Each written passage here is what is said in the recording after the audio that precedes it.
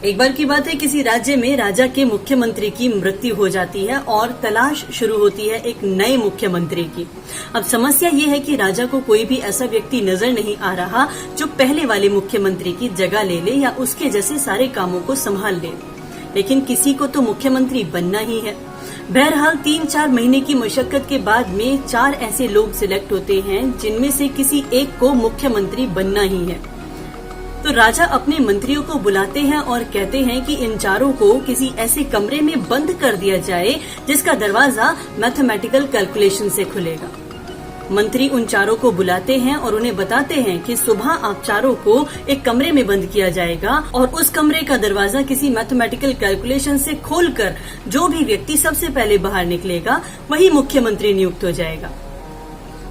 इन 4 में से 3 लोग रातों रात जाते हैं, कुछ मैथ्स की बुक्स खरीद कर लाते हैं। वो बहुत सारे फॉर्मूलाज ऐसे ढूंढते हैं जिनसे दरवाजा खुलता हो, लेकिन उन्हें ऐसा कुछ मिलता नहीं। बहरहाल सुबह होती है और चारों को दरबार में लाया जाता है और उन्हें फिर कमरे में भेजा जाता है और कमरे को बंद कर दिया गया है। अब इन 4 में से 3 लोग मेहनत में लगे हुए हैं। वो देख रहे हैं कि कोई ऐसा फॉर्मूला मिले जिससे कि दरवाजा खुलता हो, लेकिन एक व्यक्ति है जो बिल्कुल बेफिक्र बैठा हुआ है। वो ना तो कोई बुक लेकर आया है, ना ही वो कोई फॉर्मूला ढूंढने की कोशिश कर रहा है। वो सिर्फ बेफिक्र बैठा हुआ है। खाना आता है तो खा लेता है, आराम का मन करता है तो आराम करता है। रात होती है तो वो सबसे पहले सो जाता है और ये लोग सोचते हैं कि कितना बेवकूफ आदमी है।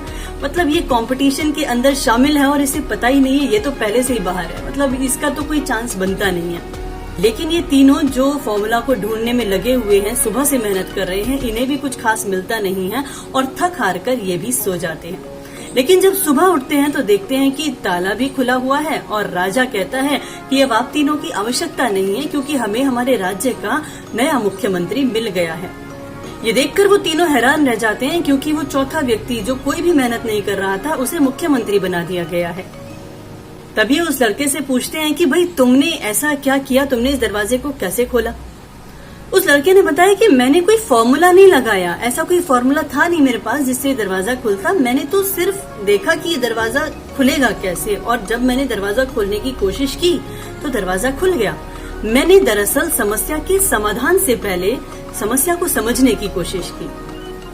दोस्तों, यही तो हम भी अक्सर अपनी जिंदगी में करते हैं। हम समस्या के समाधान को तो जानना चाहते हैं, लेकिन हम ये भूल जाते हैं कि अगर हम समस्या को या समस्या की जड़ को अच्छे से समझ लें तो शायद आधा या फिर पूरा समाधान उसी में कहीं छिपा होता है।